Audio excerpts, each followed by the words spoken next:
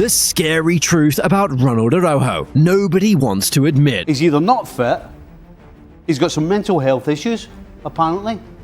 He's got some form issues when he does play.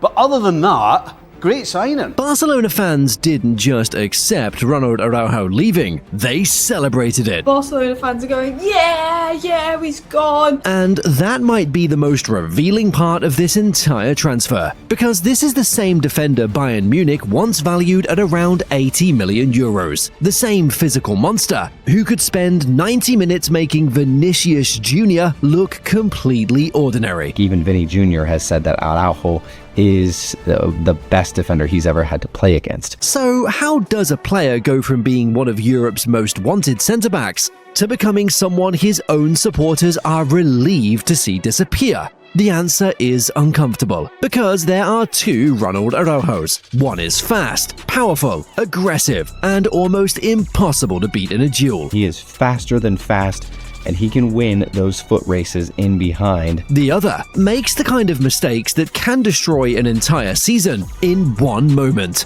Liverpool are now betting they can bring out the first version while burying the second. You know, working under Andoni Iraola, he has a track record of improving players. By the end of this video, you'll see exactly why Barcelona were happy to let him go, and why Liverpool might have signed either a defensive monster or their next headache. To understand how Araujo went from Bayern's 80 million euro target to a player his own fans wanted gone, you have to start with one name: Hansi Flick. Because everything changed the moment he walked through the door at Camp Nou. Flick's whole defensive setup runs on a very high line and an aggressive offside trap. That means his centre-backs can't just react to danger, they have to prevent it before it starts. The back four has to move together like they're connected by a rope, stepping up at the exact same moment, reacting to the exact same cue, trusting each other completely.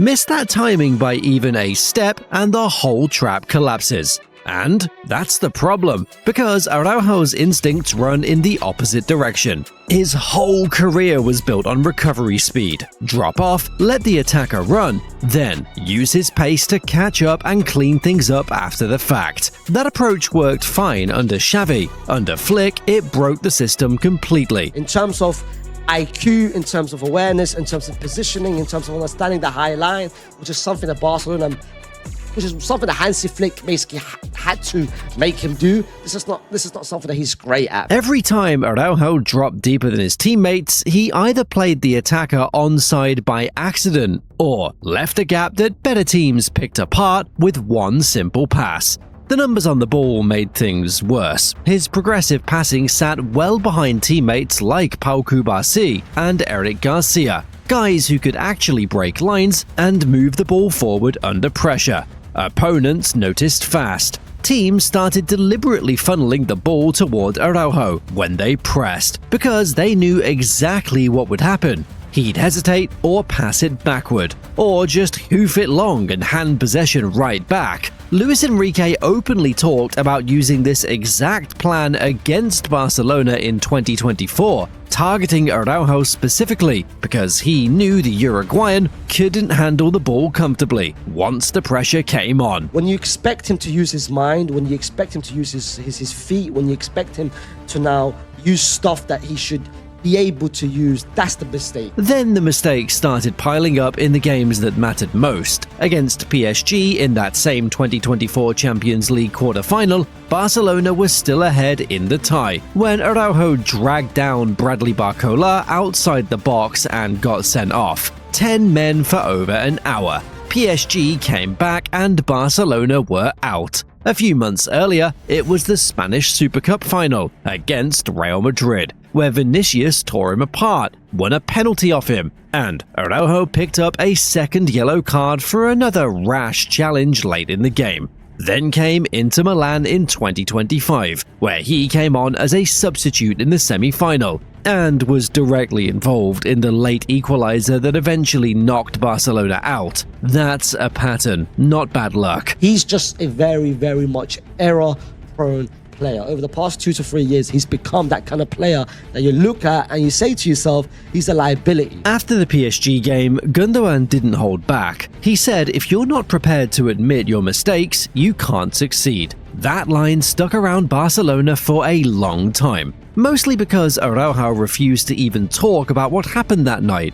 Before piling on any more of these moments though, it's worth rewinding the clock, because this same player who used to be one of the best defenders on the planet, and the gap between who he was and who he became, is exactly why this whole situation is so hard to figure out. Rewind to 2022 and 2023, and Araujo wasn't anywhere near a liability. He was one of the best defenders on the planet. Full stop. Playing under Xavi in a Barcelona side that made scoring against them feel like solving a puzzle, with no answer. When he first broke into the Barcelona side, he was playing for Xavi many years ago when he won the league title, and he was absolutely outstanding. Brilliant pace, brilliant leader, great in the air. That season, Barcelona kept 26 clean sheets across 38 league games, 18 goals conceded all season. Through the first 20 games alone, they let in just 7. Those numbers don't happen by accident, and Araujo was a massive part of why. Franz nicknamed that backline the BAKC defense, short for Balde, Araujo, Christensen, and Koundé. It worked because the setup matched what Araujo actually did well. Xavi's Barcelona sat with a lower defensive line, which meant Araujo didn't have to worry about offside traps or split-second coordination with 3 other guys. He just had to defend the space in front of him and behind him, and nobody in La Liga did that better. If a striker got in behind, Araujo had the pace to run them down. If a winger tried to isolate him one-on-one, he had the strength to win that fight almost every time. The clearest proof came in Clásicos. Whenever Barcelona faced Real Madrid, Xavi pulled Araujo out to right back for one job, shutting down Vinicius Jr. It worked. Araujo had the pace to stay with him, and the strength to knock him off balance when he cut inside. Vinicius himself later called Araujo one of the toughest defenders he'd ever faced, a compliment attackers don't hand out easily. Vinicius Jr., by the way, called him the toughest defender he's faced. That level of performance is why Bayern Munich came calling. In January of 2024, they reportedly offered around 80 million euros for him. Manchester United were sniffing around too. Barcelona said no to both, because Araujo wasn't just a squad player, he was one of the leaders of the team, someone they were building around. Turning down 80 million for a centre-back tells you how untouchable he looked at the time. Strip away the tactics and the numbers, and what made Araujo special was simple. He was strong enough to bully strikers off the ball, aggressive enough to win duels other defenders avoided, and fast enough to cover ground most centre-backs simply can't. I think he's got the height, the stature, the weight to bully strikers in this league. That combination is rare, and for a couple of seasons, it made him look like one of the most complete centre-backs in world football. That version of him hasn't vanished. It's still in there, buried under everything that's happened since. That's exactly why the mistakes have been so hard for Barcelona fans to swallow, because everyone remembers what came before, and that frustration didn't stay on the pitch. It followed Araujo off it. Because this stopped being just a tactical problem a while ago, at some point it became something heavier, something Araujo had to deal with as a person and not just as a footballer, under a system that didn't fit him. He's spoken openly about going through difficult periods mentally, and at one stage, he actually stepped away from the Barcelona squad entirely to deal with it. He had to go on sabbatical to go and take care of his mental health. Go and check if I'm lying. He left Barcelona for a long time that he's taking care of his mental health. That's who you want to bring to my club. That's not a small thing for a player who once wore the captain's armband. Every mistake got replayed, dissected, and thrown back at him, season after season, until the criticism itself became part of the pressure. Playing for Barcelona means every error gets magnified, and playing there once everyone's decided you're the problem makes it worse. That's the backdrop for why this loan move actually makes sense once you look past the initial shock of it. The structure is simple. It's a season-long loan, with an option to buy set around 55 million euros, and Liverpool are covering his full wages for the year. Barcelona take on zero financial risk in this deal. For Barcelona, that's close to a perfect outcome. They're offloading a high earner who wasn't part of Flick's plans, freeing up wage space and opening the door to sign a centre-back who actually fits the system. If Hansi Flick is still going to be around, and he will be, that really high line that he plays just doesn't suit him, and therefore it doesn't make sense for him to stay there if it doesn't suit him. There's no downside for them beyond the risk of Araujo succeeding somewhere else. For Liverpool, the logic is different but still sound. They're dealing with a real depth crisis at centre-back after Konaté's exit, and their younger options, Leone, still need time to develop before they can be trusted every week. What do Liverpool need in defence more than anything? Bodies. They need bodies. Are Liverpool signing him to be their starting centre-back? No. Are Liverpool signing him to be their starting right-back? No.